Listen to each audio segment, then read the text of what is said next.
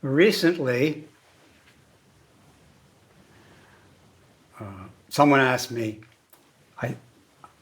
do you have an art form? Or maybe she said, what is your art form? And I answered fairly quickly, Dharma talks. But then shortly afterwards I thought, no. Dharma conversation.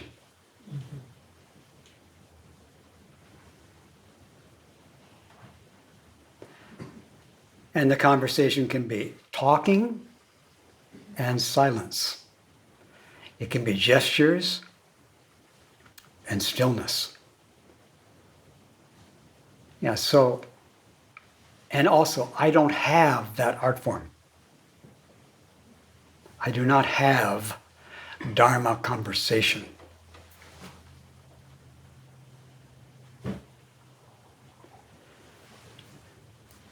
And even though I don't have Dharma conversation is what I am devoted to. That's my life that I'm devoted to, Dharma conversation.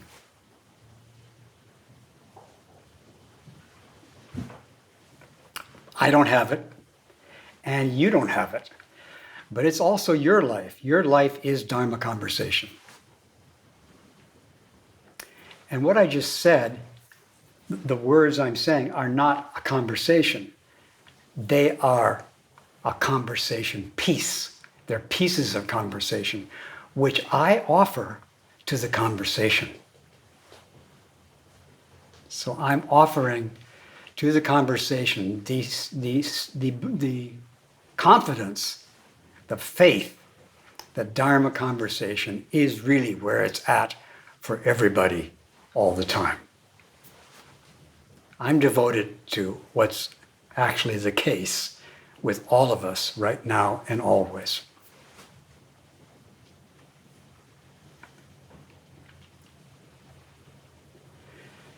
And I also, in this conversation, I sometimes play the role of being the host.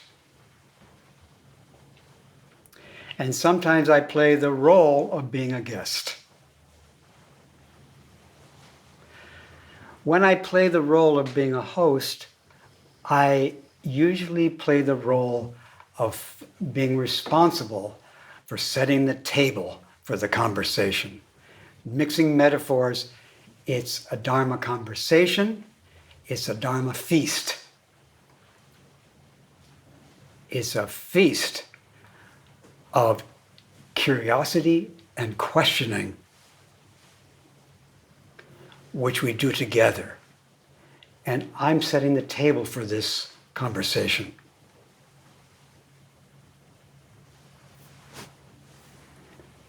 Just a moment ago, I said to Ted, I think maybe we can have a Dharma talk.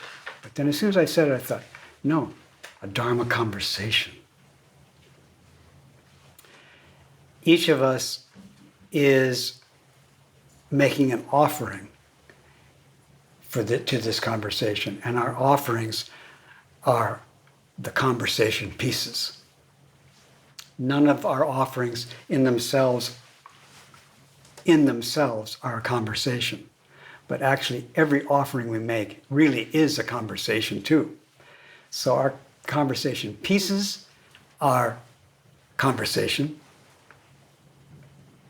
and they're not by themselves, they include everything.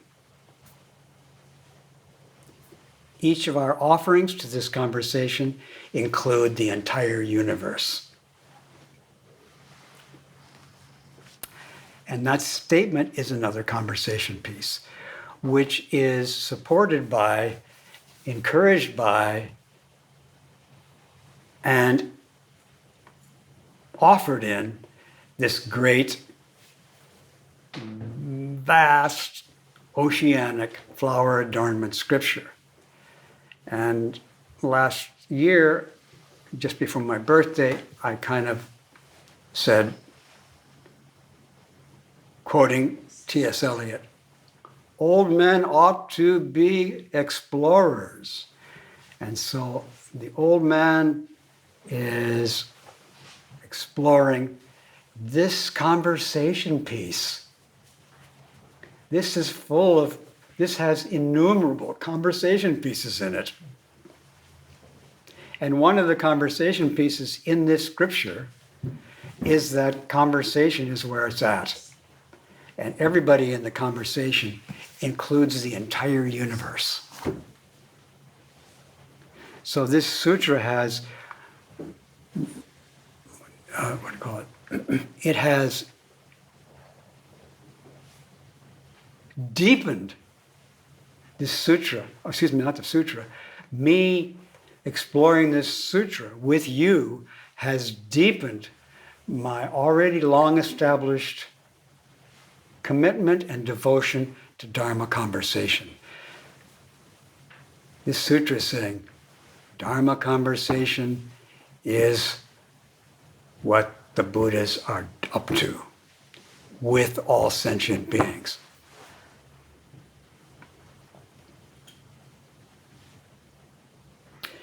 This sutra says that the teaching of the Buddha is thus.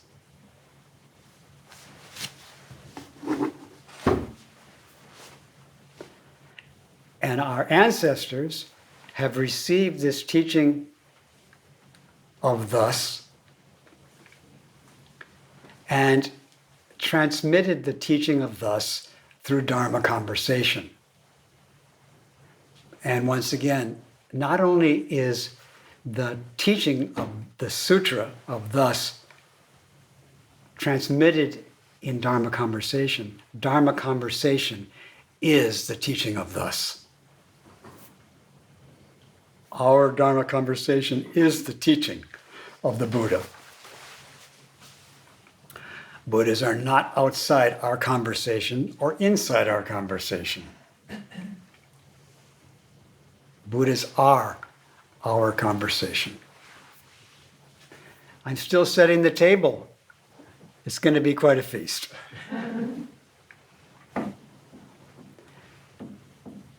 Now I would like to bring up another thing to put on the table for our discussion, which, what is the word? It's not literally in this sutra, as far as I know. I haven't seen it. Maybe it's in some other sutra, but it's definitely in my memory, and I'm going to tell you about it. You're going to hear about it quite soon. And it's about vision and visions and points of view.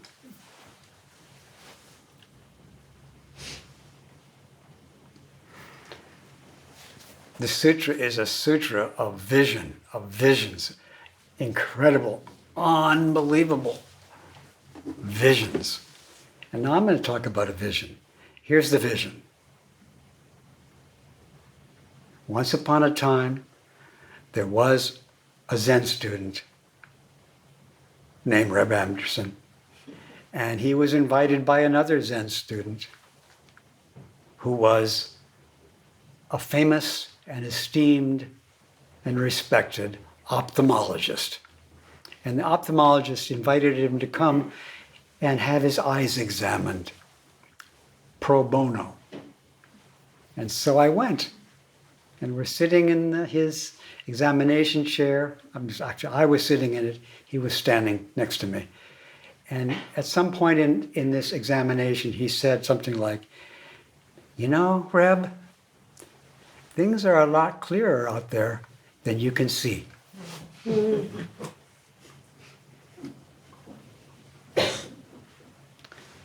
And I think pretty much right away I thought, I don't know about that. I'm curious about what you just said. I question that they're actually clearer out there than I can see. That was quite a long time ago. That message from the great eye doctor. So he thought that we see things, or at least I see things with a certain level of clarity. And actually, they're clearer out there than I see. I'm questioning that.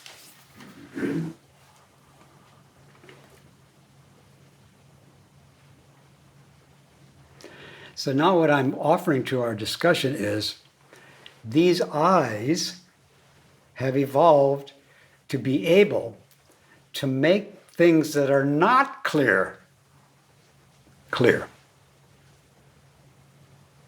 Especially the eyes of most children and eagles and owls.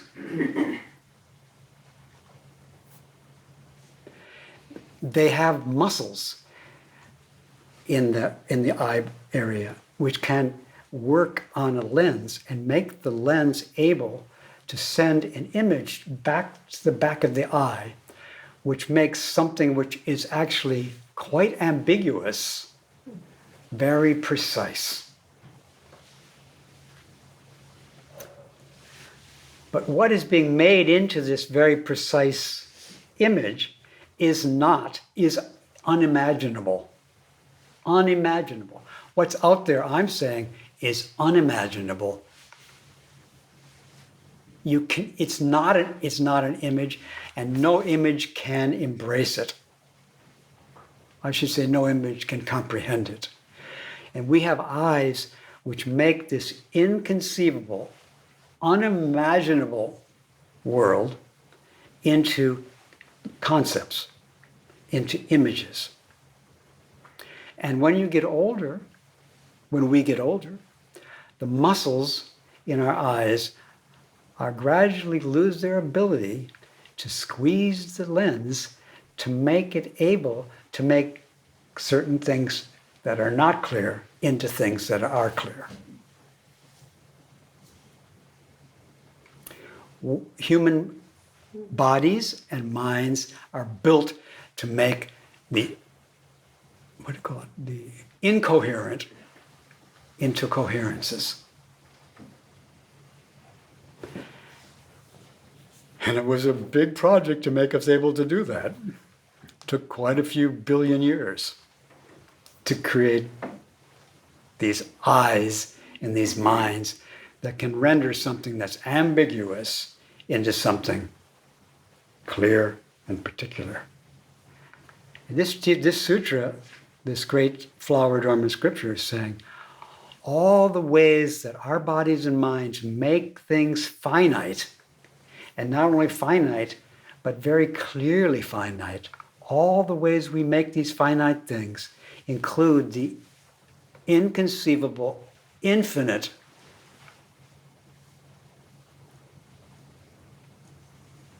world.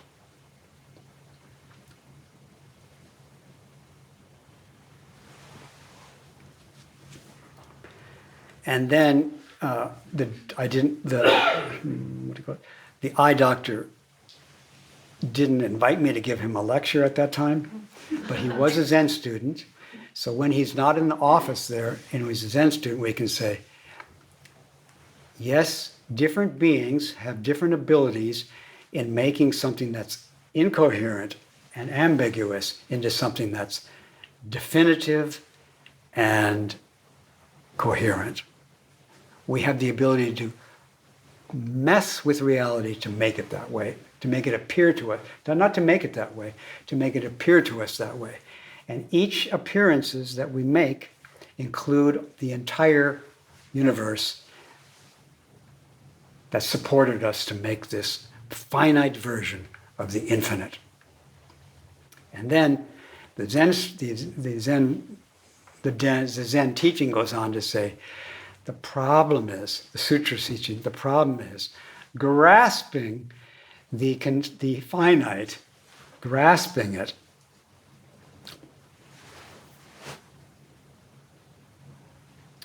as true, as a true picture of all that it includes. So the finite includes the infinite, but it's not the infinite, it includes the infinite.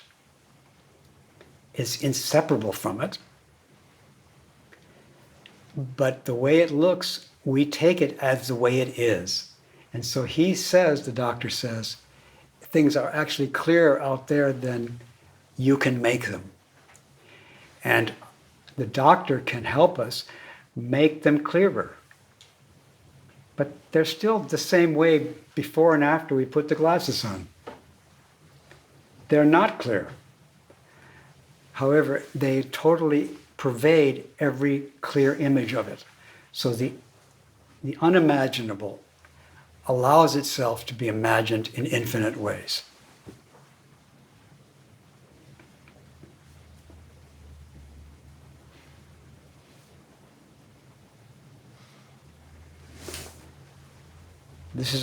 I'm giving you conversation pieces. And then another one, which is quite familiar to us in the text written by Dogen called Genjo Koan. And by the way, Genjo means to manifest right now, and the Koan means reality. Ultimate truth. An example of ultimate truth, to manifest it right now. And in fact, we do manifest ultimate truth right now. And that the way that happens is Dharma conversation, is the teaching of thus. So Genjo Koan is a Soto Zen version of the teaching of thus. And then in that text, and there's a text named Genjo Koan by Dogen, Shobo Genzo, Genjo Koan, treasury of true Dharma eyes, manifestation of reality right now. It says in there, it's like going out in the middle of an ocean. What's it? Genjo Koan. It's like going out into a ocean. What's it like? The teaching of thusness. It's like a Dharma conversation. You go out in the ocean, away from the land, where you can't see any islands, and the ocean looks like a circle of water. Our body and mind makes this infinite ocean into a circle of water. And this is not bad. It's just the way we're built. We make oceans into circles of water with our eyes and our brain and our body. But the ocean is not a circle of water. The ocean is infinite. However, we see it as a circle of water. And when this teaching pervades our body and mind, we do still see a circle of water. We still do see an orange, more or less clearly. But we understand that this circle of water is just a psychophysically conjured image of an infinite, imageless, unimaginable reality. Not even reality, universe. Because the reality isn't just the inconceivable universe. It is that the inconceivable universe is being made into little circles of water, or even big circles of water. The reality is the relationship between these beings who make things clear out of what's not clear. It's that intimate relationship that is the Dharma conversation. And it entails that I more and more remember that whoever I'm looking at a severe reduction of what they are. Even though the severe reductions can be really cute and really horrible and really lovely and really ugly, even though they can be really something, these severe reductions. They are not what they have tried to reduce.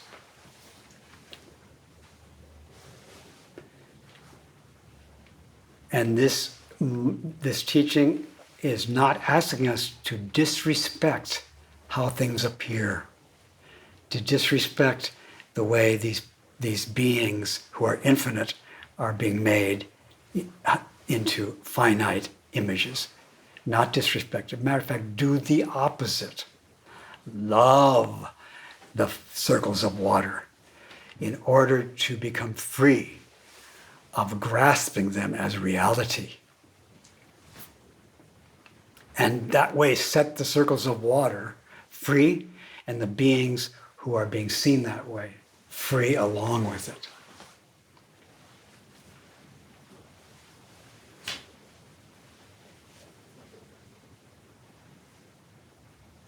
And as many people say to me when I bring this up, it's very difficult to remember the teaching when these sharp, clear images appear. To remember, okay, yeah, this is really penetrating, this is really intense, this is really painful, and this is just a little picture of something that is beyond this little picture. And then love it, so that you don't get trapped in it. Because if we don't love it, if we don't love these circles of water, we tend to be trapped in them. We're not trapped in them, trapped with them. They don't trap us. Our grasping them as reality leads to feeling trapped. So by being kind to these circles of water, which is the work of Dharma conversation, which is the work of intimate conversation, we can more and more remember that, excuse the expression, we're looking through a glass darkly, and respect the dark images that are being given to us.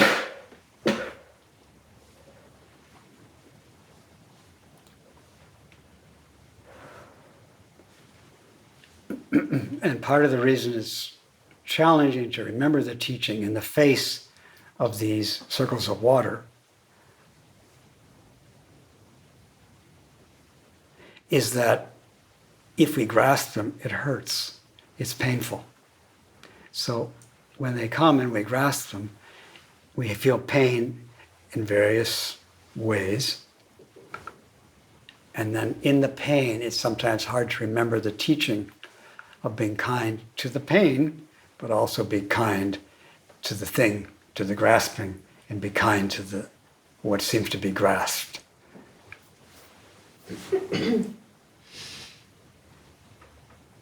So the table is set somewhat. We could put more stuff on the table, but I think that's enough. Charlie. 3 umpires walk into a bar. 3 umpires walking a dog. Walk into a bar. A bar. You know what? They could be walking. Okay, three umpires walking a dog into a bar. First umpire, they sit down, and the first umpire says, I call him as I see him. Can you hear that? I missed it. He says, the first umpire says, I call him as I see him. And the second umpire says, oh, well, I call him as they is. And the first guy says, oh, yeah, you got me there. And then the third umpire says, they ain't nothing till I call them. Yeah. The third umpire says, they ain't nothing till I call them. How about you? I think that's a really good Dharma conversation piece. Most people think I call him as I see him. No. Most people think I call him as it is. The first guy kind of he's right. I call him as I see him. That's right. That's what we do. I call him as I see him as circles of water.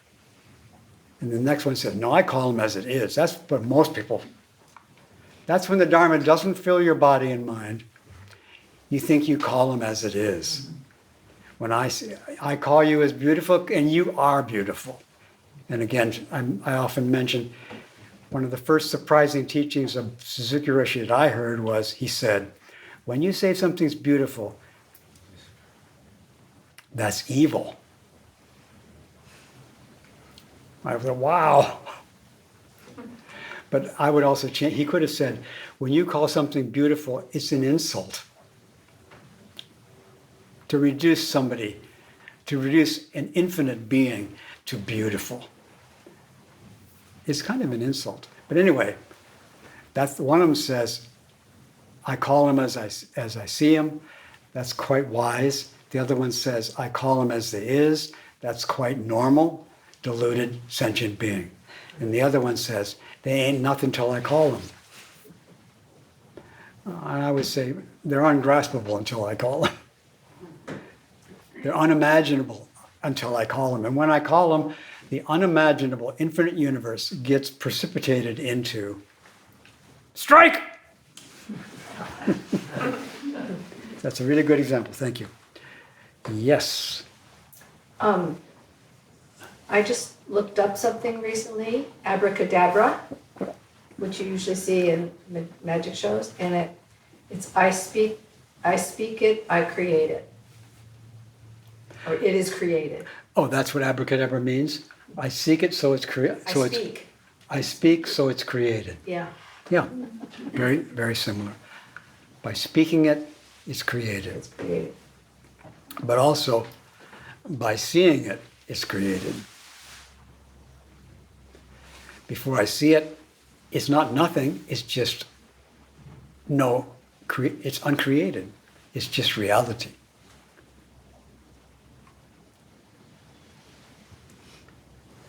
Kim.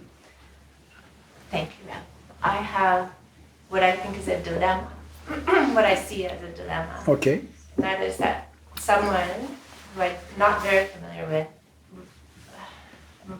wrote me an email that I took umbrage to. And Just one second. Let me start from the beginning with some aids so that I can make this thing clear, right? It's actually reality, but I want to make it clear. Yes. so there is a person who I'm not terribly involved with, but she's in my choir, and she wrote me an email that I took umbrage to. And so I decided to wait before I responded, and I came to think about her and her situation and realized that I don't know why she, kind of attacked me a little bit. And so I haven't responded to her. And so the dilemma is this conversation, this idea of conversation. I first had to have the conversation with myself, but I'm kind of trapped in it because I still feel like it's unresolved, and because I haven't returned to the conversation, my part of the conversation. But I'm part of me thinks, well, I don't really need to, But you're doing it now. but I am. So, but the dilemma, I guess, is whether my completion of this particular conversation that has come up in my little world is to actually deal with that person, or is it just within me to say, I wish her well. Basically I do. Yeah, so you expressed some curiosity about whether, in order to complete the situation, you need to talk to her. So I appreciate that curiosity. But also, I want to come back to be curious about the circle of water that appeared in your mind when you read the email. That's the first circle of water. And when you looked at that circle of water, when you saw that email, at that point, you were being called by the Dharma conversation to be curious about this circle of water. What's really going on here? You don't have to talk to that person about it. You can talk to us about it. You can talk to Barry about it. I'm actually thinking that this email is this circle of water. But I've heard it's not.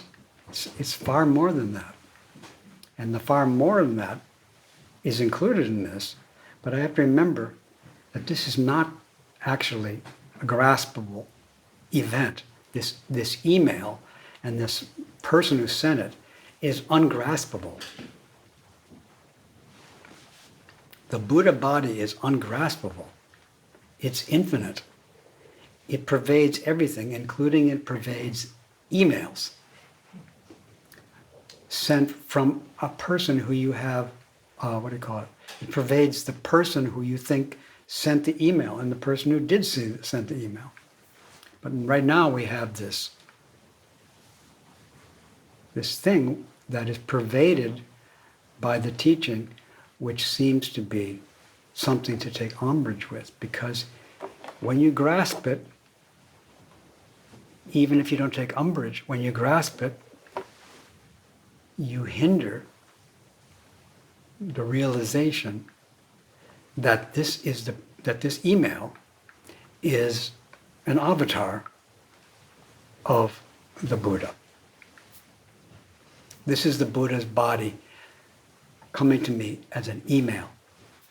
And I made it into something which I could grasp, and when I grasped it, it was painful. But what's harder to see is that if the person sent you an email that you made into a circle of water called, they were so appreciative of my participation in the choir. If you grasp that, it may be more difficult. You may not have umbrage if you grasp that. You may have something else called arrogance, self-righteousness, whatever. The grasping of the email in the form that you see it, that is the problem. That's what's hindering you opening an email and seeing the light of Buddha's wisdom coming to you as an email. The Buddha's body pervades all emails. But we can make this, we can make the all-pervading Buddha light into graspable things. And when we grasp them, then we suffer. And not only do we suffer, but we close the door on the light. So what you're doing now is the appropriate response to making this universe into an email that starts here and ends there, and that you can grasp. Now you have that to take care of. Now it's that body and mind which sees this email can be liberated by being kind to the situation that we're in. And also by not trying to, not being kind by yourself, but sharing this with us. So you can be kind to this umbrage, which is not necessarily, which is a form of, again, the umbrage is another circle of water. And if you grasp it, it's more pain. I don't know if you may never be able to meet this person again. We don't know about that. But you have a lot of work to do with us on this image that you saw, that you took umbrage with. And if you do that work, that will liberate the email and all people who send emails. And you have it sounds like a real, presentment of the world appearing as an email, the universe appearing as a particle of dust, this sutra says. Email is a particle of dust, and in that particle of dust is the whole universe, and the Buddha is in that particle of dust talking to you. However, our mind makes the Buddha really little, and then we grasp the Buddha, and when we grasp the Buddha, we take umbrage, or we become arrogant, etc. So now that you've identified you've got this thing, now how can you practice love, practice compassion with this image in such a way that you open to the light of wisdom, which is already there.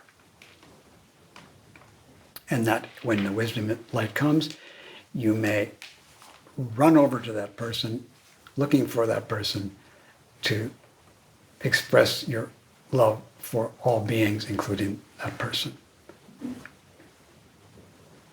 Or you may never see the person again, but they have been an opportunity for the Buddha's teaching to come to you and for you to share it with us.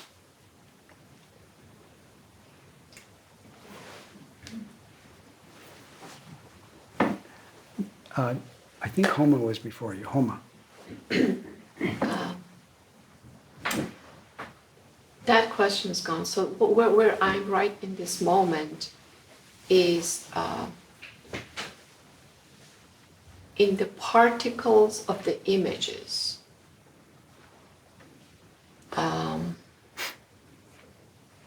You can say particles of image, but that may be redundant. Images are particles. Yeah, in those particles. These all these particles. Here we are these particles. Then the question comes, what is the relationship? What is the relationship between particles and the one that is questioning these particles? What the questioner and the question? What's the relationship between? So we got a particle, got a questioner, and a questioning. Yeah. What's the relationship? Yeah. They're mutually inclusive. They mutually include each other.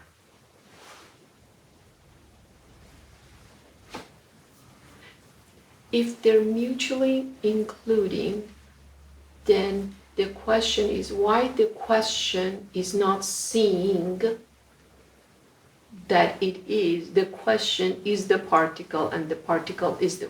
Why that seeing is not happening.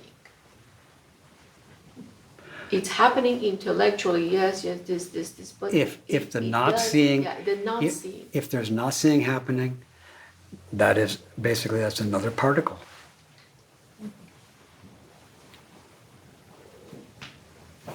And we can be curious about. So we got the particle, and we have the not seeing the particle. There's another particle, and then the particle includes the whole universe. The not seeing includes the whole universe. And curiosity applies to both of them. And you are being curious. Mm-hmm. But the way you're being curious also is just a particle of the curiosity, which is infinite. So infinite curiosity comes into your life, into your small, finite life as a messenger, as an angel of the Buddha body. I'm kind of lost in more words now. And being lost, Yeah, okay, being lost, love that being lost. Respect that being lost. Don't run away from that being lost. And now if you're okay, you're done, you're not running away now, you're here. Okay, I don't like to be lost, but I'm gonna be here because that's what's happening with me right now. I mean that's the circle of water I'm in now called being lost. And I aspire to be compassionate with being lost, so that I don't fall for this circle of water called being lost. Or more words. More words. Or more words. Yeah. Words are particles. Yeah. They're just particles which include everything. However, if I have to be there for them to realize how they include everything. And also, I might think I'm being there, but if I ask a question, maybe I get deeper into being more and more intimate with this particle. And if I'm completely intimate with the particle, I realize the particle includes the whole universe. And I still have the particle, but I no longer think the particle is reality. I just think it's a conjuration of my human beingness. I don't know who's next, but I thought Linda was next, and then, huh? Romy. There's one I else. actually will talk to you about it in the interview. Okay, you'll talk to me about it just the two of us. All right. Linda and Jeremy and Karen and Breck. Who's next? You. Me? Just because. Just saying. You know, when you emphasize that what we, By the way, you're not really next. That's just a circle of water. you have to say a little again for me. Sorry. But What did you say? you're not really next. That's just what I'm calling you. Okay, well, You're much I'm not more- really speaking next, but. Yeah, that's you're okay. much more than next.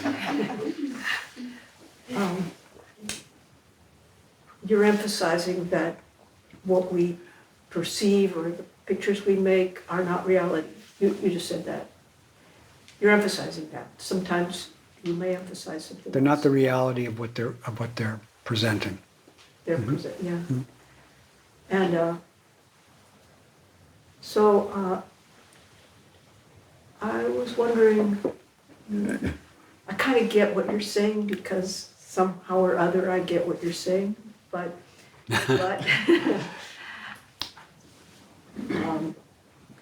you often give a very mild and innocuous example for us to use, like a circle of water. So, instead of that, I would just say, let's say that what I'm seeing is a child who is being injured in a war situation and having a limb blown off, or who's maybe getting an amputation without anesthesia. Maybe that's what I'm seeing. And would you talk about that in exactly the same way? Circle of water, it's just an image you've created. And the real truth, and that situation is an avatar of the Buddha at that moment, and the real situation is that the entire universe is in that child whose leg is being blown off. Would you talk about it the same way? Well, another teaching from this sutra is that the way that Buddha appears, for example, the way Buddha talks, which is an appearance of Buddha. Buddha is not just these words. Buddha is all pervading and ungraspable, but the Buddha can be transformed into an appearance like talking. And the way the Buddha talks depends on the mentalities of who he's talking to. So in this group, right now, this is the way I'm talking.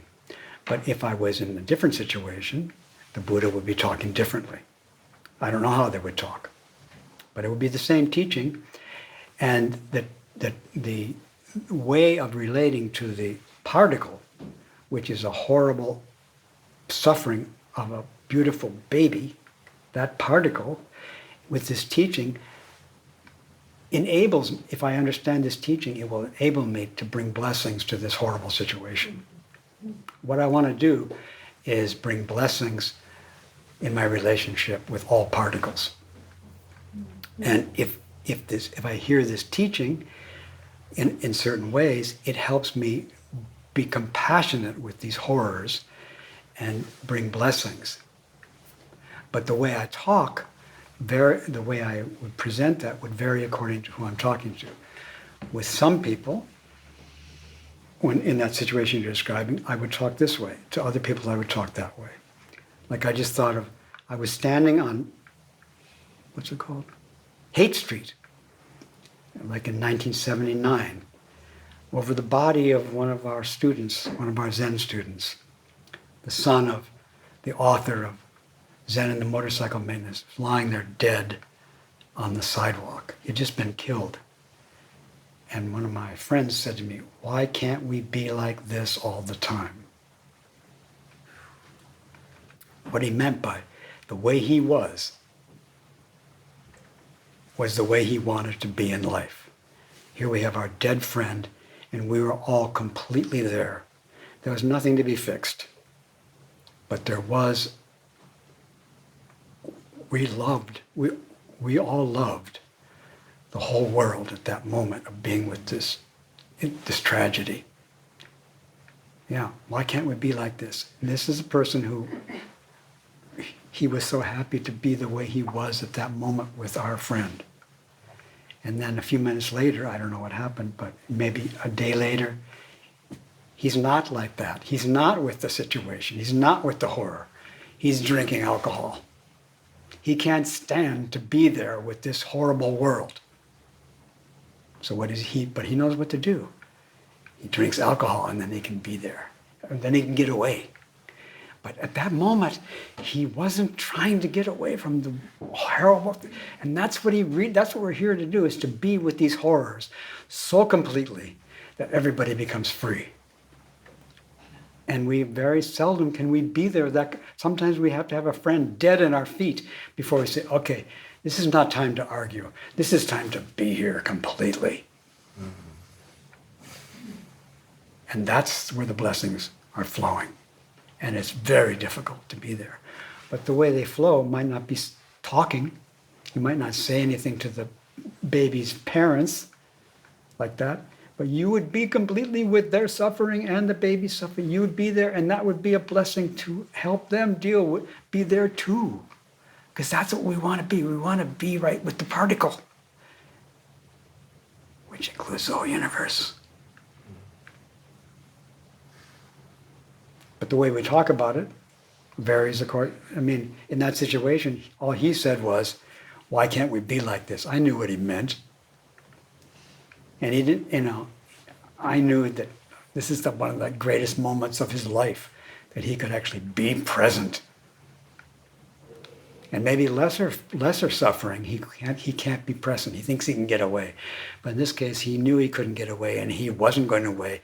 And that's the way he wanted to be. And I was kind of like, yes, this is what we're here for. We're here to be completely in solidarity with suffering beings.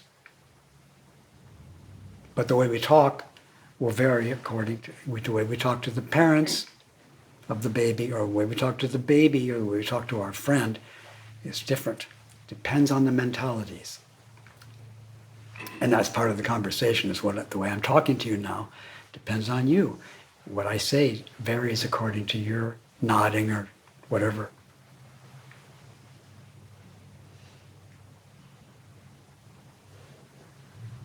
Right. To clarify, the object of the compassion, the kindness. Kindness isn't an object of compassion. Kindness is compassion. Okay. The object of the compassion is these suffering particles. These particles which, when grasped, are suffering. That's the object of the compassion. So in the example Kim's given, it's not the person who wrote the email to Kim. It's both. It's the person, but she can't see the person right now. So it's the email. She reads the email, Right. and then that's one particle. She can practice with that. What's happening now that I'm reading this email? What's happening to me? Maybe she's imagining this person. So she has the image of the email, and she has the image of the person, and the person's included. Which, and all of them are calling for compassion. The email's calling for compassion. The person who wrote it's calling for compassion. Kim's calling for compassion. And it starts with like, what's going on here? And letting it be, and being careful and respectful of it, and being completely here. Right. That's the compassion. That's what I'm trusting. Okay. Thank you. And that's necessary in order to realize the reality of the situation.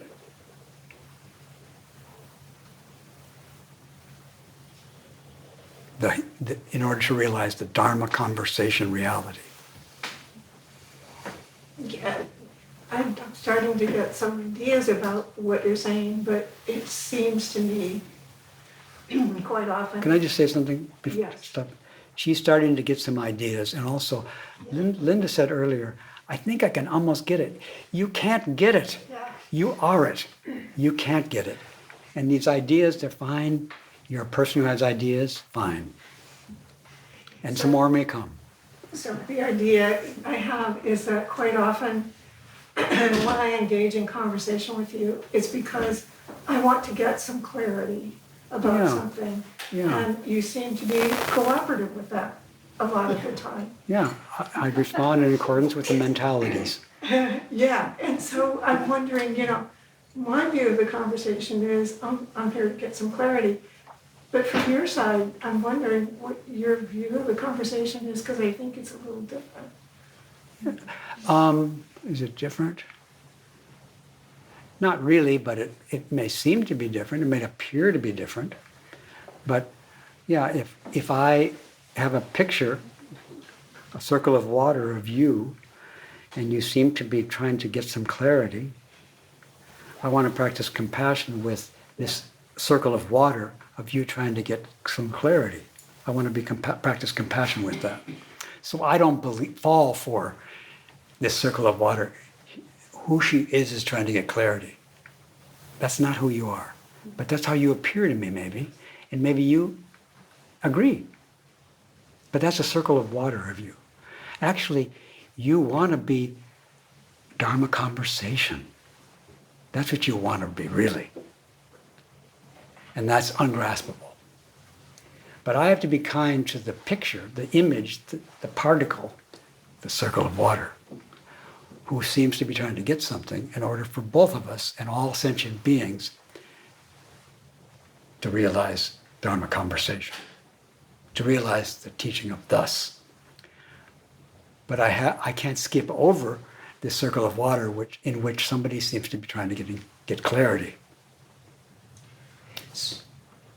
So now it seems to me that because I want a concept, that I can. Now it seems to you, we're going to get a new circle of water now. Thank you. Yeah. So the new circle of water is that maybe conversation is simply a way to express compassion.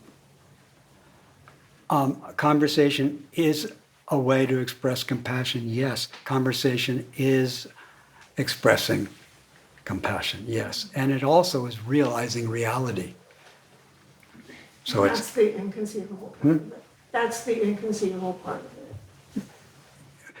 it. The inconceivable isn't the reality. The reality is how the inconceivable and the conceivable are not separate.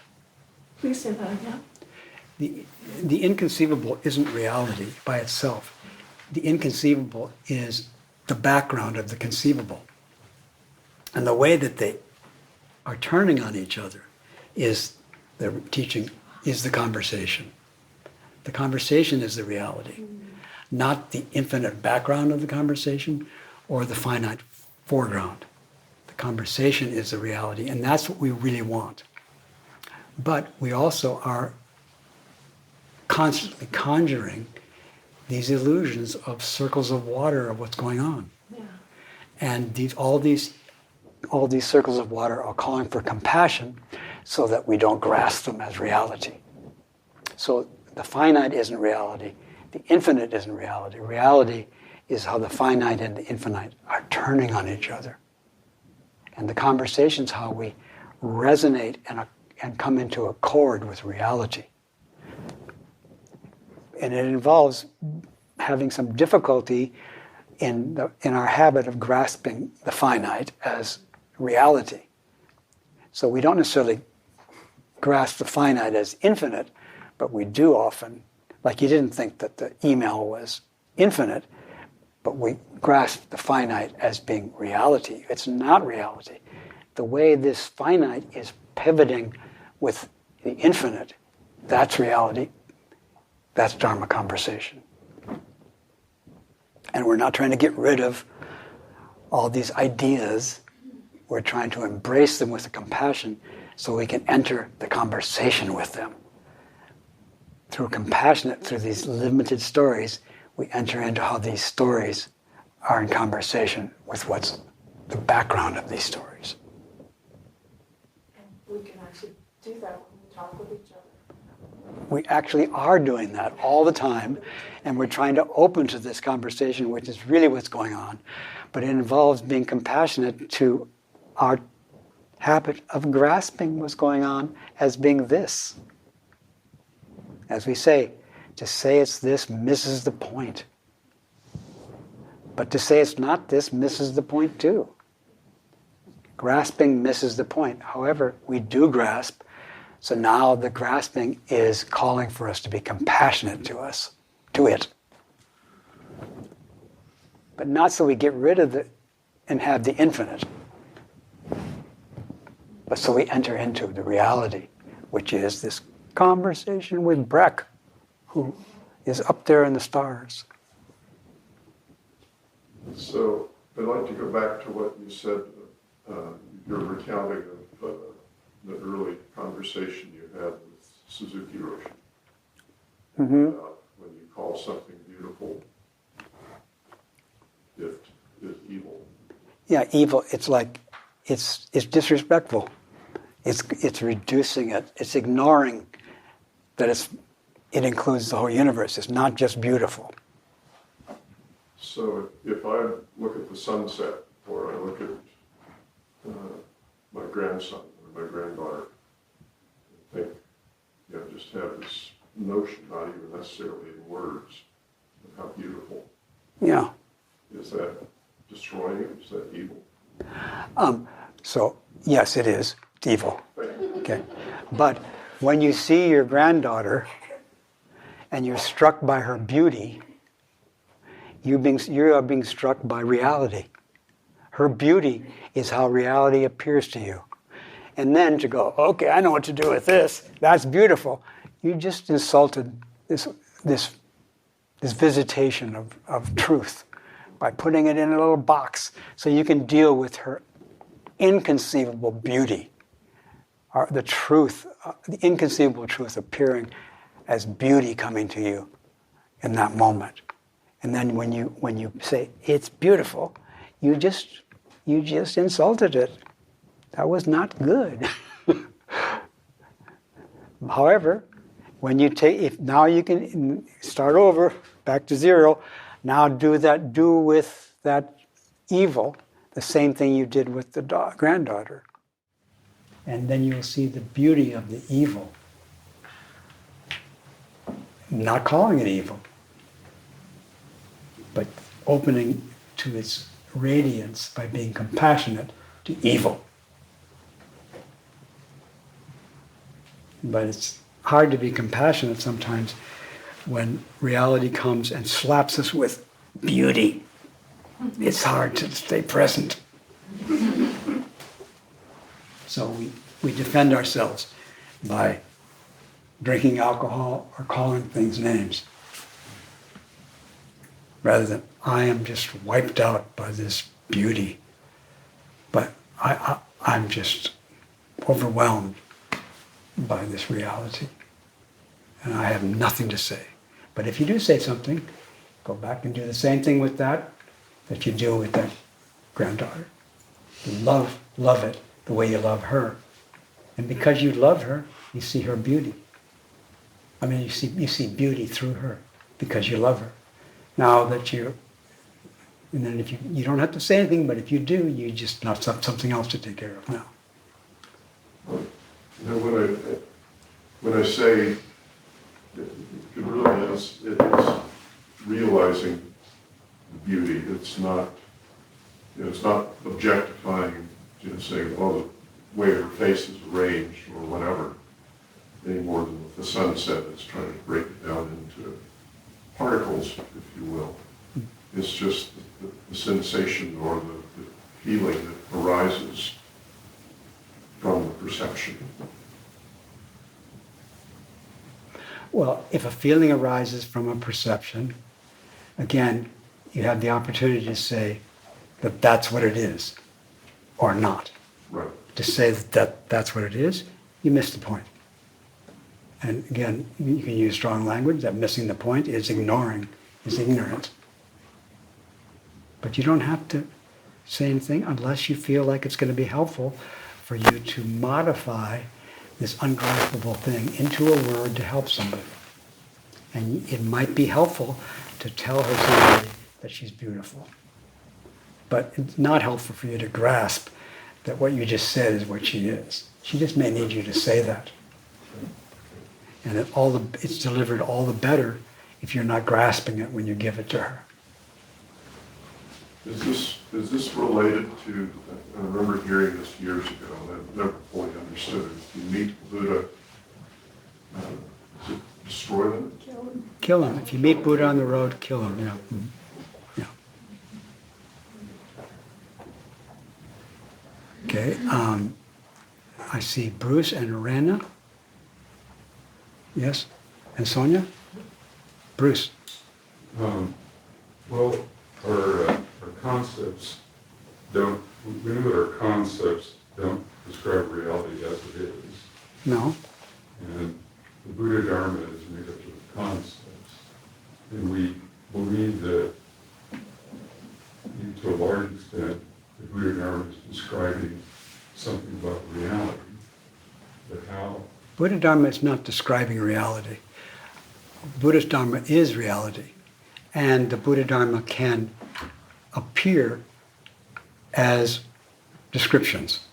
But the descriptions are just the way Buddha Dharma doesn't appear. It's like space. But it can appear in order to help beings in these various ways as descriptions. But that's not Buddha Dharma. That's the appearance of Buddha Dharma.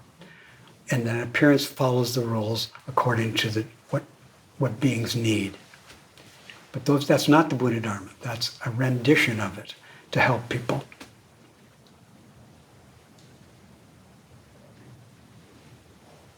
Rena?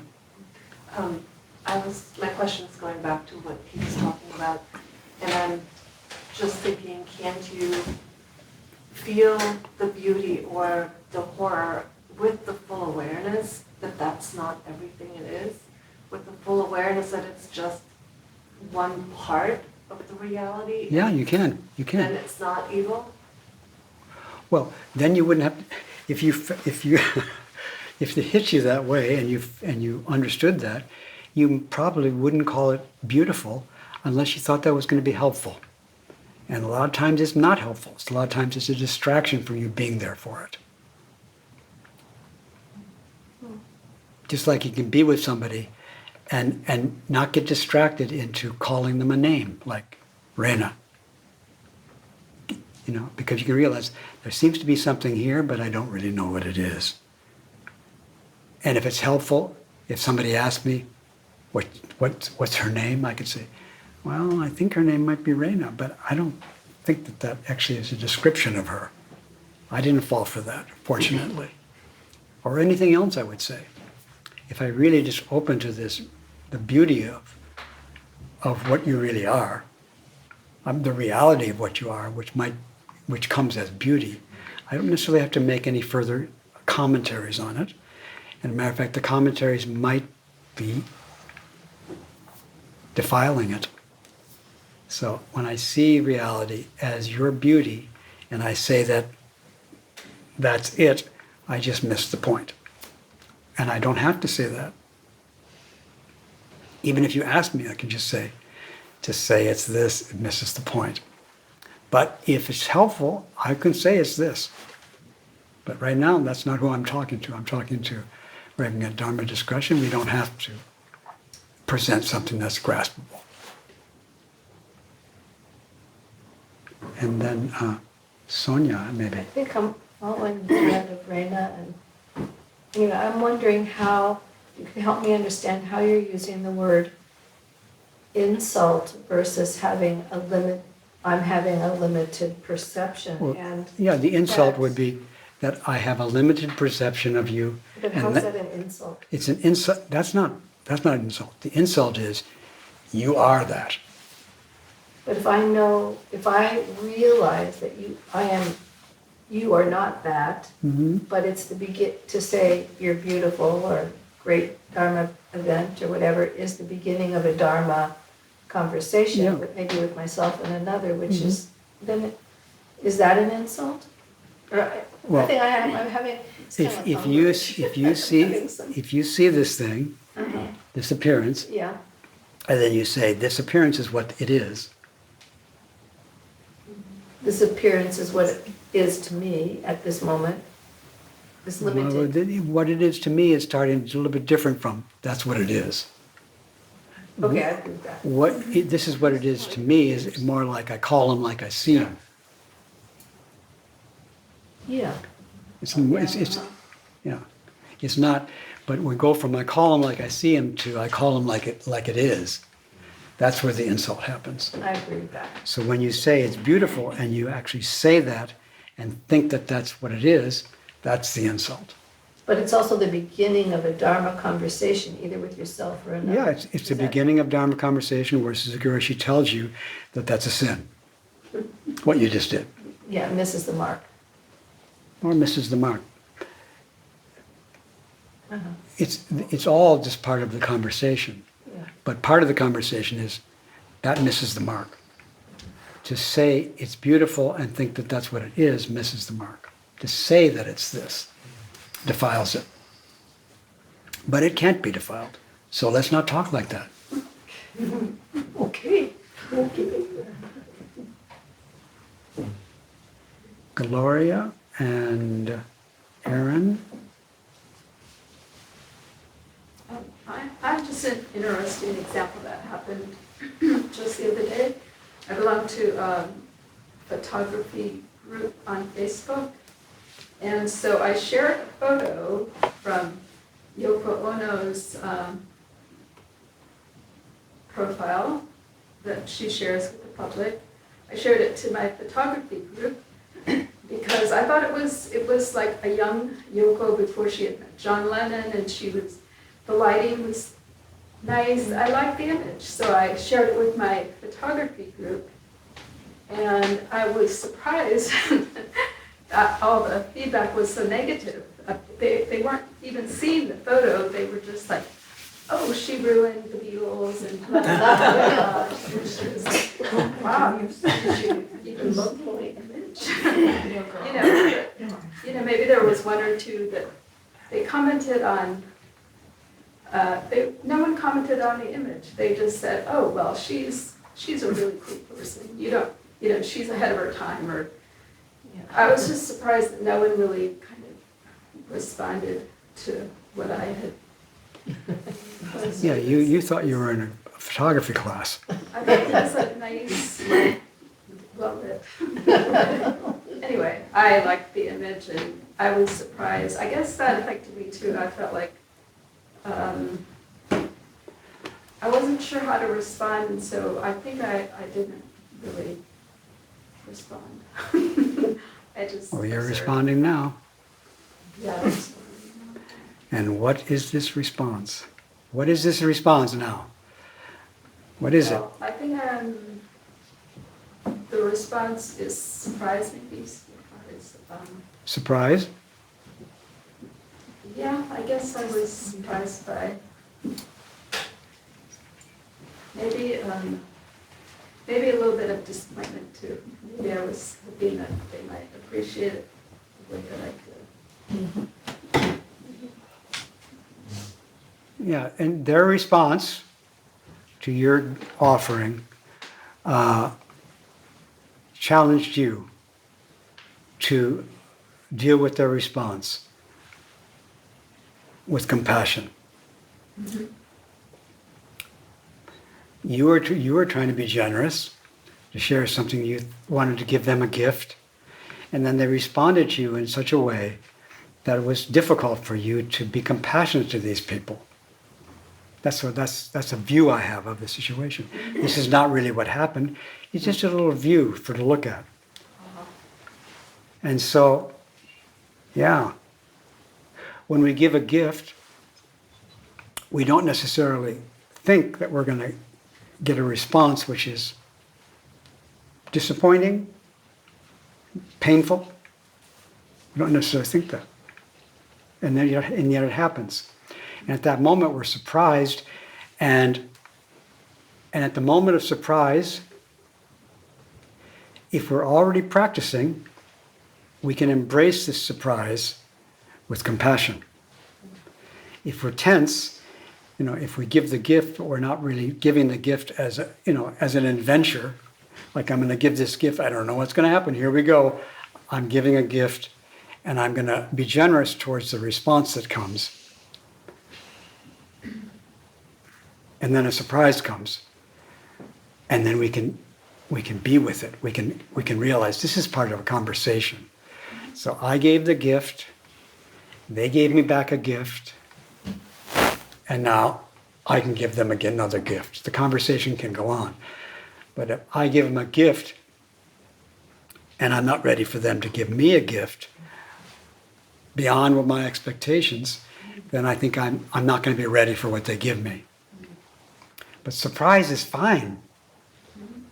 It's just that we need to have a generous mind in our offering and a generous mind to the surprise. Yeah, I think that's why I just remained, I had kind of ended the conversation. Excuse me, I took it out so that you could hear me now. And then, what did you say? I ended the conversation at that point. Yeah, you weren't able to say, okay, I'm surprised and I want to welcome this surprise. Because welcoming the surprise is where liberation occurs. If we're tense, surprises, we often withdraw. If we're relaxed and generous, then that response to the surprise opens to the reality of the conversation. So your story, and also Kim's story and other ones, is like how to keep the conversation going. And both of you are keeping the conversation going. Thank you. You're keeping it going. You're continuing to practice the Buddha way by keeping the conversation going. By joining the ongoing conversation. You're not really keeping it going. I'm not really keeping it going, but you're staying with it by bringing these up. And you're sitting right next to each other. Yes. I have a question about the relationship between our drops of water, our perceptions, and the body. I'm curious about how they interact and how working with the body can, working with the human form, human skeleton being can, how it influences or interacts with our perceptions. You're interested in that? Mm-hmm. I'm curious about that. You're curious about that. Great. I am too. Yeah. And we have a body which creates these little particles. But the little particles that the body creates are not the whole body, of course. But the body creates these things. And it creates a mind which has these appearing in little images. And then it makes us conscious of it. It's all working together. And being conscious about these particles will connect you with the body which has conjured them up and which includes them. But curiosity is the key ingredient.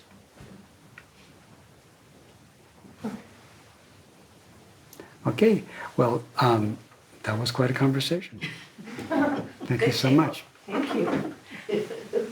May this conversation thrive. And I was going to say continue, but I didn't. I said thrive. Because when it's thriving, it doesn't continue. Mm-hmm. It just keeps blooming into new flowers. Like today was a new flower, a new blooming. Adornment. An adornment. Today, this was an adornment. Today, this was part of the splendor of the teaching through this conversation. Thank you so much.